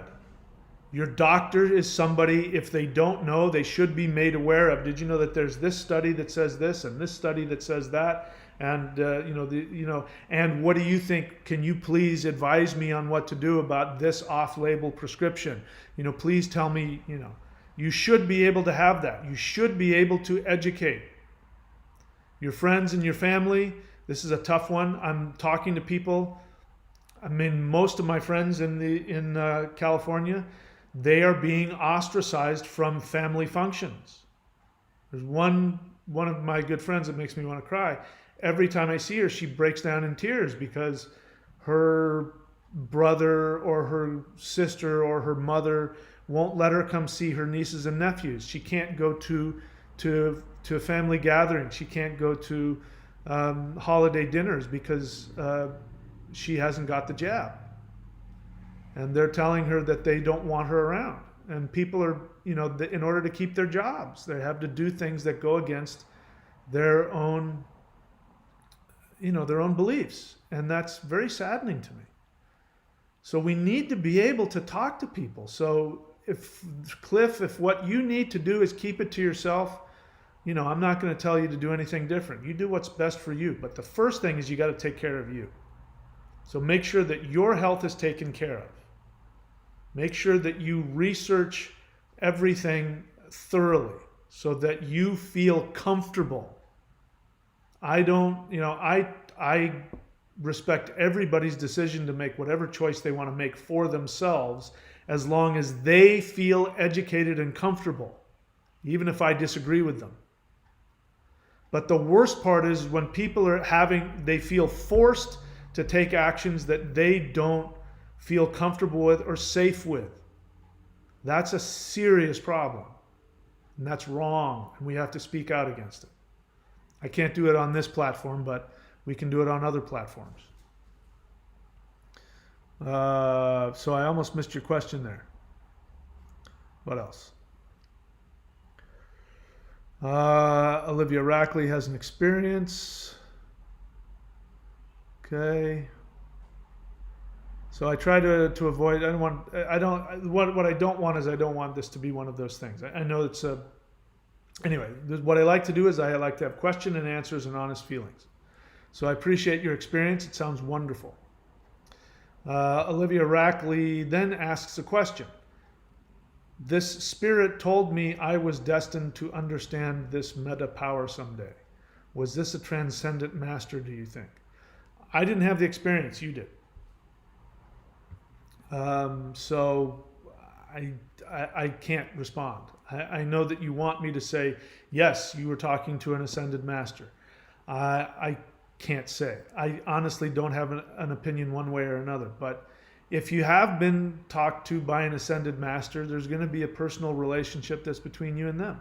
I talk about my personal relationship all the time, and I feel, I don't get it, because I got to be honest with you. Revealing this stuff is not something that feels safe to me. I also don't like the idea of putting myself out there. It feels like I'm putting myself out there and I look egotistical and I want to be a guru, and I really don't. I don't want to be that person who says I've got a message from the other side. I really don't want to be that person. I don't like it. It's uncomfortable. I don't like the attention. I don't like the criticism that could come from it. I just want to surf. That's it. I just want to surf and go to the gym and walk in the forest and eat mangoes. That's what I want to do. But I can't escape what I believe is these guys, these masters, they've chosen me, and they said, here, you got to give this to the world. So that's a personal relationship that nobody else can tell me is right or wrong. So I can't tell you if it's right or wrong. Sounds beautiful what you describe, but that's your experience. And you have to decide. This is where the critical thinking comes in. You have to decide. Because the truth of the matter is that we have this unconscious mind. And here's where we run into trouble. So I'm going to share about a couple of people. Carlos Castaneda. Carlos Castaneda was one of the most brilliant channelers of knowledge from the ascended masters that has ever lived. He was also a destructive, narcissistic nutbag who was a fraud. How can they both be true? Because he, on an unconscious level, was not evolved. But it doesn't change the fact that he was the only person who could give that channeled knowledge, metaphorical and real. And the majority of his writings are some of the most brilliant channeled writing that's ever been, even though he thought he was writing a fictional story with the intention of making himself a guru. The unconscious mind is a very dangerous place, because the unconscious mind is where we receive information. This is why psychics are usually fat. Sorry. But your average psychic at the psychic bookstore is some fat woman who smokes cigarettes. It's a generalization, but it's true a lot of the time. Why is that? Because she's operating from her lower self. She's not evolved. She might be telling the truth sometimes, and sometimes she's full of crap and can't tell the difference. It's because her unconscious mind is not clear. It is true. Now, David Icke, I'm going to give David Icke the benefit of the doubt that he believes everything that he says. If you know the early story of David Icke tried to pawn himself off as the second coming of Jesus. He made predictions about California and New Zealand falling into the ocean, things that never happened, and he gave dates for the end of the world that never happened. He then abandoned presenting himself as the Son of God, and then started this whole thing to where he is now. And so this is why he literally believes that there are reptilian beings in spaceships on Saturn, because of his unconscious mind, his inability to get out of his own narcissistic self-reflection, and so he can't tell the difference from the metaphor from the truth. This is why we have to be critical thinkers. So I have had no shortage of psychic or shamanic visions. But every time I have a shamanic vision, what I do is I don't go deep into, oh my God, I'm this guru and I've learned the truth. I meditate on it. And I look for, what is my emotional attachment to this? What is my emotional fear of it? All of that. And then I look to interpret the symbolism. And this is the job of the wizard. So traditionally you had a wizard and you had a shaman, a seer. And they were usually a man and a woman. And the woman would go into trance. It doesn't have to be a woman, but it meant somebody more connected to the feminine, the receptive. They would go into trance and they would have visions. And when they were done with the visions, they wouldn't know what the visions meant. And the wizard who would be writing all this down would then look at it and say, here's the interpretation of the vision. We don't have that anymore, so we have to do it ourselves. In order to do that, it means we have to be mature and we have to have critical thinking. Otherwise, you end up with a David Icke who is being given information, but he doesn't know how to interpret it because he has an emotional agenda to be the second coming of Christ. So just because you have a vision doesn't mean that that vision is literally true. Sometimes they are. But you have to be psychologically mature, evolved, so that you can know the truth from your own unconscious, self-centered, narcissistic garbage. It's time to grow up. We all have to become critical thinkers. Critical thinkers, so I heard on YouTube, I heard somebody, and I can't verify it, I haven't fact checked this, so I can't tell you whether it's true or not, but it would be very interesting if it was, is that some poll was taken about people who are against the jab. And I believe the feeling was that what was expected is that the majority of them would be MAGAs. But what they found was that the majority of the people who were against the jab were college-educated PhDs who were neither left-leaning or right-leaning. And that, to me, makes sense. The people who have critical thinking skills are the ones who are going to be able to know the truth, and they'll be able to sift out all of the false. Because remember, if I'm the elite who wants to rule the world and the banks and the governments and big pharma and big tech, and I want to be able to control you in this digital biological matrix phase that we're in, I'm gonna I know I can't hide the truth from you, so I'm gonna split it in half and give half the truth to one side, half the truth to the other, and I will mix in falsehoods so that both sides can't tell the difference. They will conflate.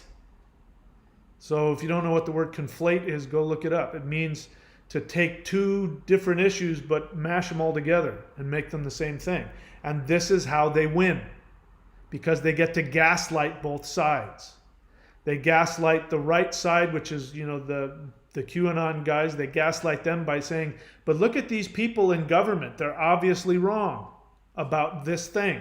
So therefore, the election was rigged and QAnon is God. So they gaslight them out of the truth there. They gaslight the left out of the truth by saying, well, look at Trump. Trump just said to take an actual medication, but to take it with bleach. He's obviously an idiot. You can't trust anything this guy says. Listen to the people in power who control. Listen to big pharma. Gaslit. You have to be in the middle. And in order to do that, you must be emotionally aware. You must be willing to be wrong. Listen, if I'm wrong, I'm going to tell you. I seriously have no ego attachment to being right about any of this. I don't care. I'm only interested in the truth and in my own health and my own happiness. And I'm telling you, it's my critical thinking that woke me up to what's really going on. Because you saw the huge shift. Some people have not rightly, but I understandably thought that I've shifted myself just to get more views or something like that. Just to appeal to people's, just so I have more, more followers. And it's just not true. You know me. I don't care. If you don't like what I have to say, go somewhere else. I can care less what you think about me. Whether you love me or hate me is not going to influence me in the slightest when it comes to telling you what I believe the truth is. So the reason that I'm able, use me as an example, the reason I was able to shift from one extreme to the other is because of my critical thinking. We have to have it if we're going to know the truth. Let's see what else. Philip Church.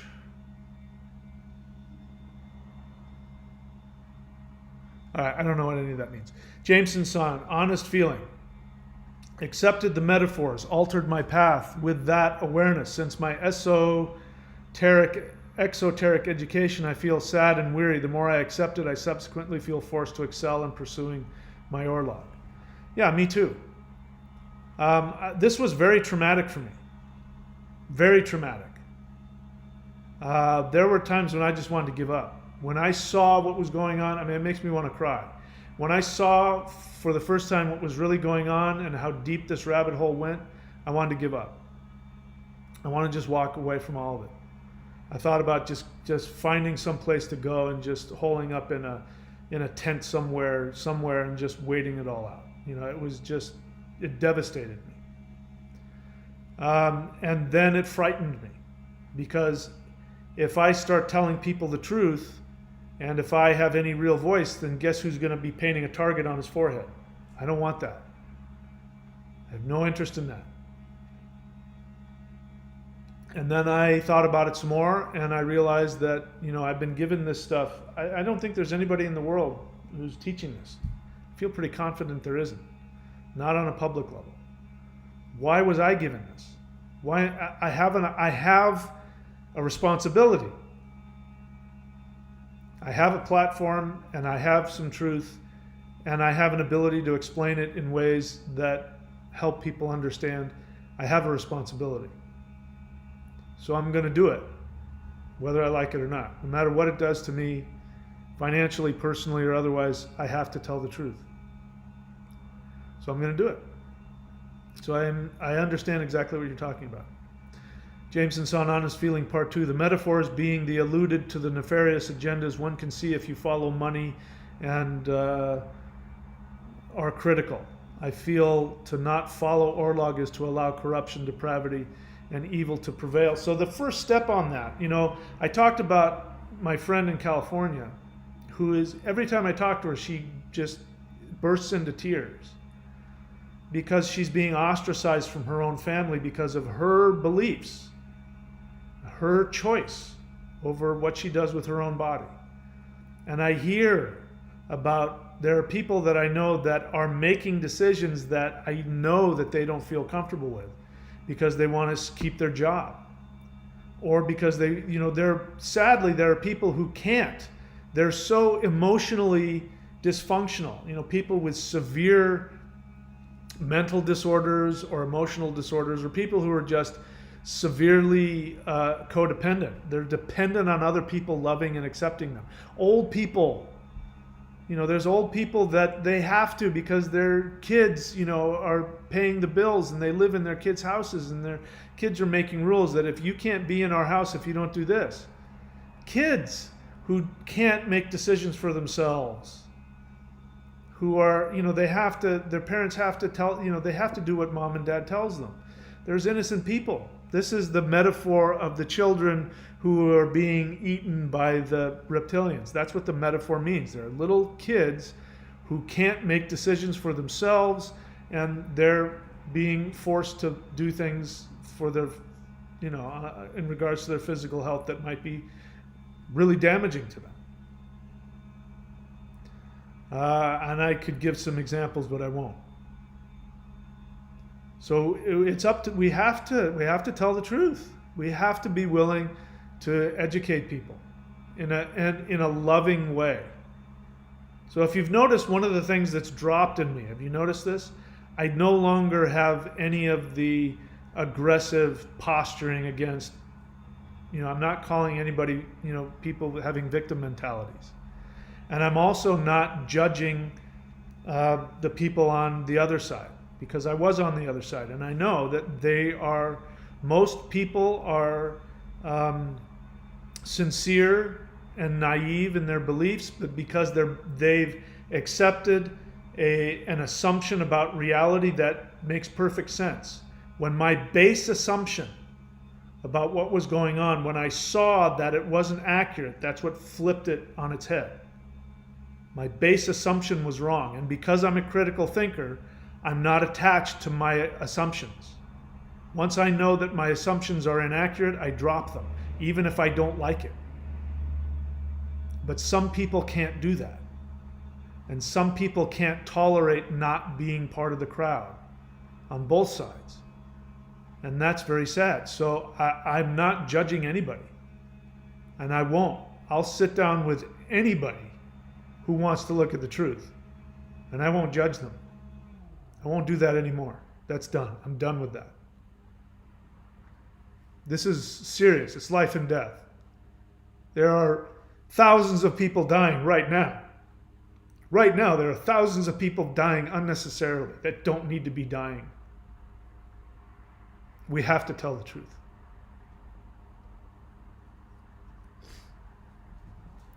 Let's see. Jameson Son, question.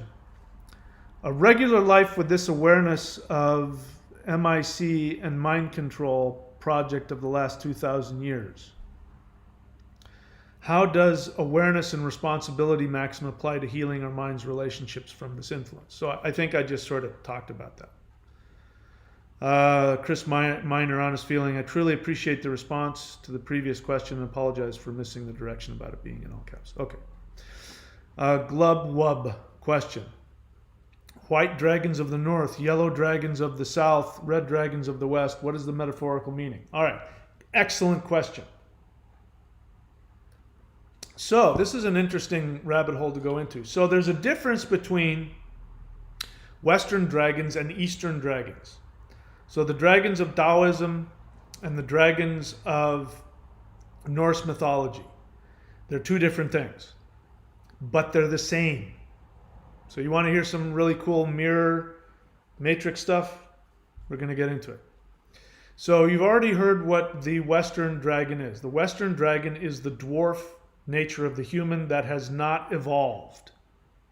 And it is focused on ego and on greed and on fear and on control and violence and all of that. So that is what a dragon is in Norse mythology. A dragon in Taoist mythology, if somebody is a dragon, it means that they're an ascended master. Now, how these sound exactly opposite, but they're not. They're mirrors of the same thing. You see how this mirror works now? In order to become an ascended master, you must first master the lower self and understand that the reason why Fafnir was a dragon, what is a dragon? A dragon is incredibly powerful, more powerful than anything else. You know, Smaug the dragon in The Lord of the Rings is the most powerful being there is. There's nothing more powerful than Smaug. It's because the lower self is what creates your reality. It literally creates physical reality. So when we master the lower self, we become magicians, we become wizards, we become evil sorcerers or good sorcerers, we become Jedi masters or we become Sith lords. You know, I had my teachers, both of them were incredibly powerful men, more powerful than I've ever experienced. You know, these were guys, and I'm not kidding you, I am not hyperbolizing.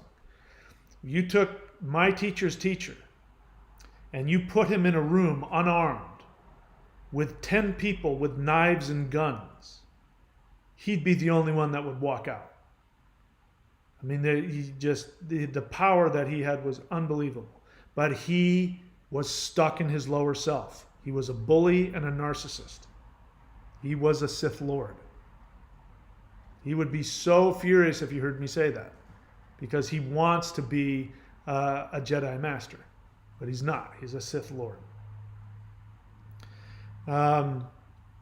So that same power that creates the Sith Lord is the same power that creates the Jedi Master. I mean, look, even Yoda looks like a weird sort of dragon creature. So the dragon is really important. And this was kind of prophetic, because what did European society do? It learned to master fire, learned to master technology. It took, you know, the Chinese created the gun, but they didn't perfect it. The Europeans perfected the gun. They saw this giant hand cannon that the Chinese were using. They didn't really know what the hell to do with it, and they went, ha ha, because Europeans are the masters of fire. They are the ones who discovered nuclear weapons. They're the ones who really learned how to create conventional weapons, guns, planes. This is because that mythology was foretelling that the Western world was going to use its lower self for the negative side of the matrix. So the dragon is an evil, horrible monster you must be afraid of. But even then, people still love dragons. They still love them. People still love dragons, draw fire, they still love them. Because they know what the Chinese know, which is that the lower self, when you master Qi, when you master Kundalini, and you have critical thinking, and you move to the light side of the mirror with all that power, then you become an ascended master. You become the immortal that cannot be seen or stopped. You know, when somebody asked, there was supposedly, I don't know how true this is, but there was a rivalry between Lao Tzu and Confucius. So still to this day, philosophically, there's this rival between the two. So Confucius is, you must follow the rules of society, you must do this to be a good person, you must do this, and he's all about behavior and following the rules and respect and being part of, a good person in society. Well respected, Confucius. Lao Tzu rode backwards on an ass. No, not an ass. He rode backwards on a cow. Means he's not part of that. He's on the other side of things. He sees things backwards. He's this weird Yoda kind of creature that talks backwards and weirds, but he has this wisdom that goes beyond understanding that is confusing. So try to read the Tao Te Ching and try and figure out the one interpretation. There isn't. Everything he says has such depth on all levels. So according to some urban legend, Confucius went to meet with Lao Tzu to ask him some questions. And Lao Tzu and Confucius met, and then Confucius came back, and one of Confucius' disciples said, Master, can you tell me about Lao Tzu? What did Lao Tzu say? And he said, the wind comes from one place, you don't know where it comes from, and it goes someplace else, and you don't know where it's going. And I don't know exactly, but he says, what is Lao Tzu? And he says, a dragon is like that. A dragon comes in from the wind, you don't know where it came from, and then it goes somewhere else, and you don't know where it's going, and you can't comprehend it. And he says, tell us about Lao Tzu. He says, Lao Tzu is a dragon. So this understanding of the lower self, the mastery of the lower self, that's why it's so important. Does that answer your question?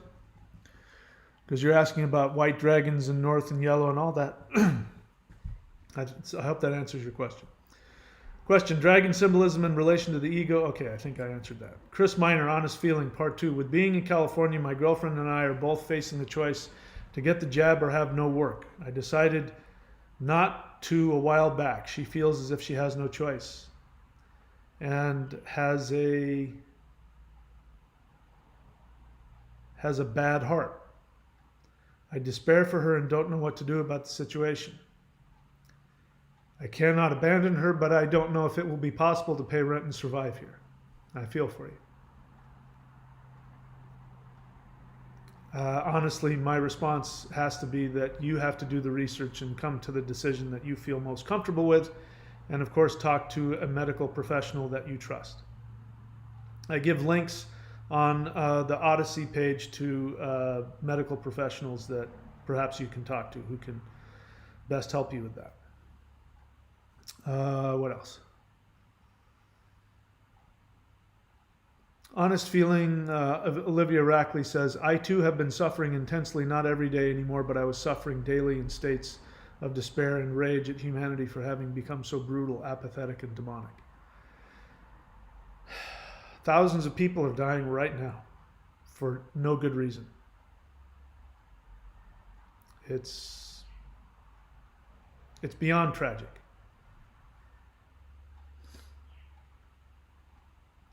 Chris Miner, honest feeling. I feel as if giving in just to make life more convenient, as at this point unethical, especially with the show me your papers actions that organizations are adopting. I appreciate you sharing that feeling. Honest feeling, part 5. Chris shares his feeling. He says, I feel as if my girlfriend is slowly being broken down by a system that isn't giving her a choice and convincing her that everything will be okay, and feels helpless in the situation. And that is a horrible place to be. Guys, we have to be self-empowered. What is it that I tell you? I tell you that we come here for 2 reasons. First reason is that we are here to fulfill our soul's desire. So our soul comes here to accomplish something and to experience something. Mine is to surf. I'm 58 years old. There's a reason why I'm this at 58. There's a reason why I go to the gym 4-5 days a week. There's a reason why I go surfing 2-3 days a week. There's a reason why I don't drink, I don't smoke. There's a reason for that. And the reason is because at my age, if I didn't do all that, I wouldn't be able to surf. I mean, I'm barely competing with the kids out there, but I can do it. But I got a limited amount of time. At some point, age is going to catch up with me. And a lot of people my age, I'm thinking of guys I went to school with. Oh my God. Oh my God. If they even tried to do anything halfway athletic, it would kill them. Literally, they'd have a heart attack right there and die. So we have to be self-empowered. So the first thing is we come here to live the dream of our soul. But the second part is the karmic battle that we must. It is a life and death battle. I've meant that you will have to make a choice between what your soul wants and what other people want you to do. And there will be a point at some, now it's a whole society thing. All of society is being forced into a choice. And you must make the choice that is right for your soul, even if it means being ostracized by your friends, losing jobs, losing relationships. You have to be willing. You can't give your soul away. And I'm not telling you which side is right or wrong. The choice is the same because it's becoming so polarized. But if you want to live the true spiritual life and be bulletproof, you have to be willing to risk everything for your soul. You have to make the choice that is right for you. I don't know the situation. I can't speak on anybody's situation, but if I had to choose between my health and a job, I'd choose my health. If I had to choose between a family relationship and my health, I would choose my health.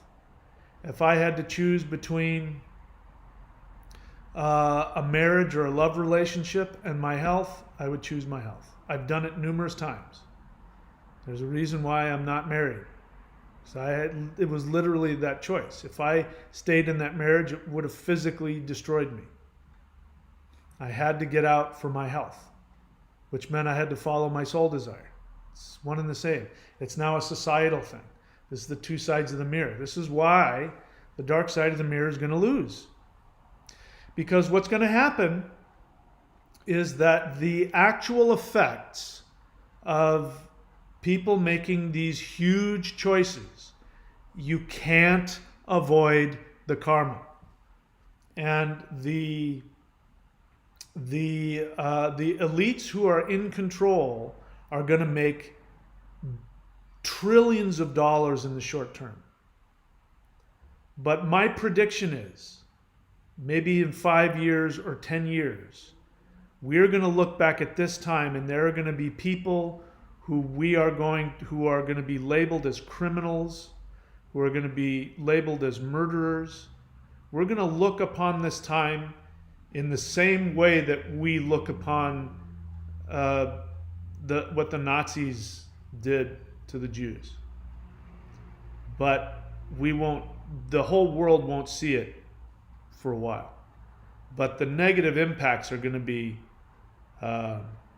unavoidable. The negative impacts will be unavoidable, and the truth will come out. But in the short term, people are going to make trillions of dollars, and they know it. They know that in order to get their trillions of dollars, they must be willing to sacrifice millions of lives. They know it.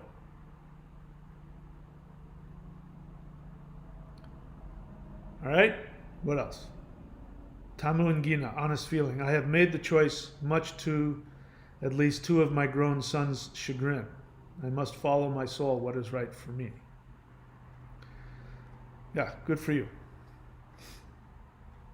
All right, so I think that's it for me. I'm going to go take a walk in the rainforest, get some sun, and then I'll upload some more stuff to the Odyssey channel. So please go to my Odyssey channel, odyssee.com, and look for me, Thunder Wizard, DOTCOM. Look for me there. More stuff is coming. And, again, I apologize for all this. I take no pleasure in any of this. This isn't fun for me.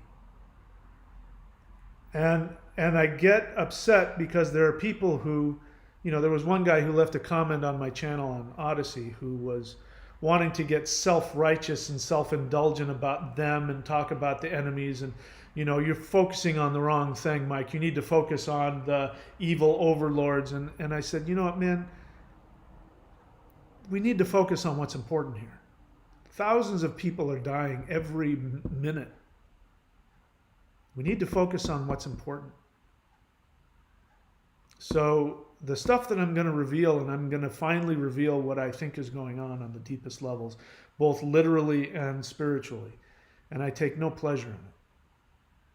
I'm not going to enjoy any of this, but it has to be said.